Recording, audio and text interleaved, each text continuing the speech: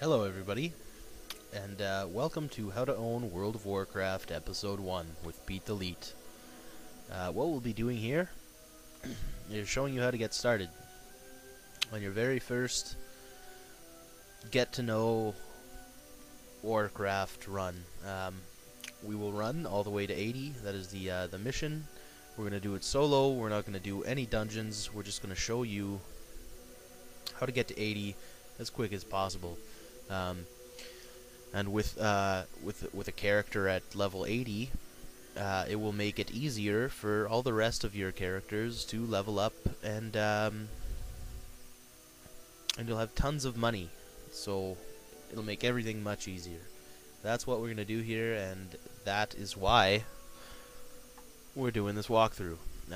First off, you're gonna have to pick a realm, and I'll give you a quick run through on how to do that. Here what we have is the realm selection screen, and we'll be going to anub'arak, where I already have some characters, but before we do that, I'll tell you about the different realm types. First, you have normal, which is a realm that you can go to if you want to play the game without having to worry about player versus player combat. This combat is done between two different teams. You've got the red team and the blue team. The red team is called Horde, and the blue team is called Alliance. You can't talk to each other. You can't talk to anybody from the other side, and you can't trade or do any of the same stuff that you can do with people on your team. If you see them, they're enemies, but you don't have to fight them in a normal type realm. Also known as PvE, which is player versus everything, or sorry, player versus environment. And that's pretty much it in the normal realm. Then you have PvP right here, which is exactly like the normal type realm, except when you get out of zones that are protected, you can fight anybody who's on the other team. So if you're Horde and you see an Alliance running around, you can fight him, whereas in the normal type realm you can't do that. He has to be flagged for PvP, which is an option that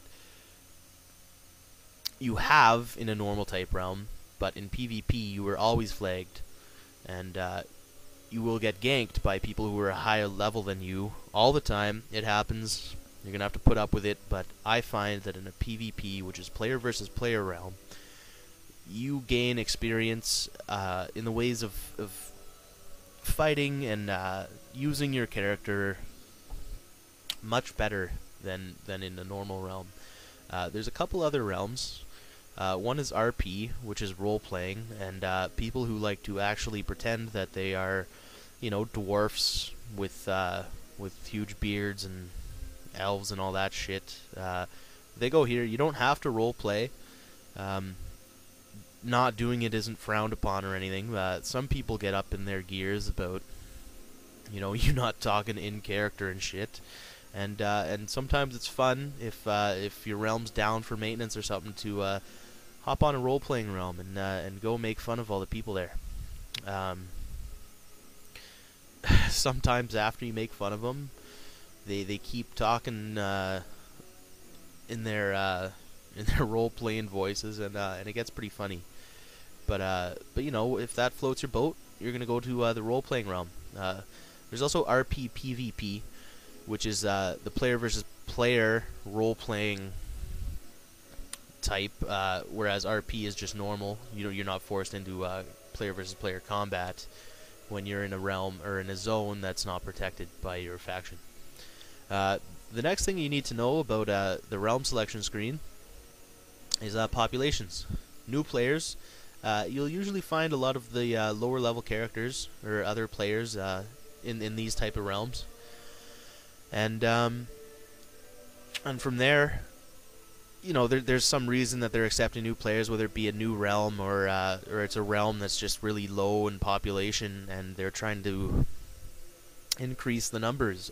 Then you got the low population realms, medium, and then you got high, and then you got full. In full realms, what you might be doing is waiting just to log on. You might be in a queue, and in these realms, you'll find that people people are everywhere. You're gonna be fighting for quests a lot. But at the same time, you'll find a lot more stuff at the auction house in high and full realms, and sometimes the auction house is it pays out a lot more. Whereas in low, you won't be finding as much stuff in the auction house if you really need it. But sometimes you can make a lot more money in the auction house by being on a low realm. Anyway, let's go anub'arak. This is what we'll be playing, and I've already got a couple tunes on here, but we'll be making a new guy. I'm actually going to delete some of these guys to make room, and if you do create a guy and you want to delete them, just click this button down here, do the old delete typage, get rid of them, and we'll do the same thing for this guy. These were all guys that I was testing this fraps system with, and I figured out most of what I wanted to do. I did do this before, but there was a problem with video quality. I wasn't into it, so I stopped posting them. That's the how to own. That's still up there right now.